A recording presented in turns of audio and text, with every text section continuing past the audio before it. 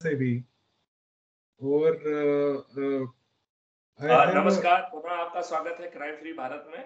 एक बार मैं विनय जी से अनुरोध करूंगा कि वो कुछ चंद लाइनों में अपना इंट्रोडक्शन दें, और मैं उनसे अपेक्षा करता हूं कि वो अपने जैसे और भी दिग्गजों को आइडेंटिफाई करें, जिससे जो टेक्निकल सॉल्यूशन हम बना रहे हैं वो टेक्निकल सॉल्यूशन 6 माह के अंदर हम बनाएं और अपने देश के की इकोनॉमी को 3 ट्रिलियन इकोनॉमी में से 15 ट्रिलियन इकोनॉमी पे ले जाएं, जहां भारत के हर वर्कर को मिनिमम जो है ना 48,000 का परचेजिंग पावर हो,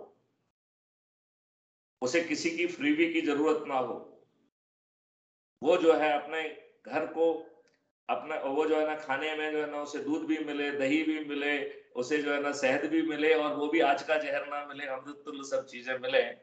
और उस अमृत को जो है भारतीयों को जो है ना 2 एमएसपी से 3 एमएसपी में बेचेंगे, और विदेशियों को वो 10 एमएसपी से 100 एमएसपी के बीच में बेचेंगे, क्योंकि अमृत जो है वो जो है ऐसे नॉर्मल रेट पे नहीं बेचा जाता है। भारत पहले भी जो है अपने मसाले, अपनी चीजें सोने के भाव में बेचता रहा है। आज समय आ गया है कि हम पुनः जो है ना वो काम करें। मदन जी का जो है मोबाइल वो जो है साउंड सिस्टम काम नहीं कर रहा है, तो वो भी बेचारे दुखी दिख रहे हैं मुझे।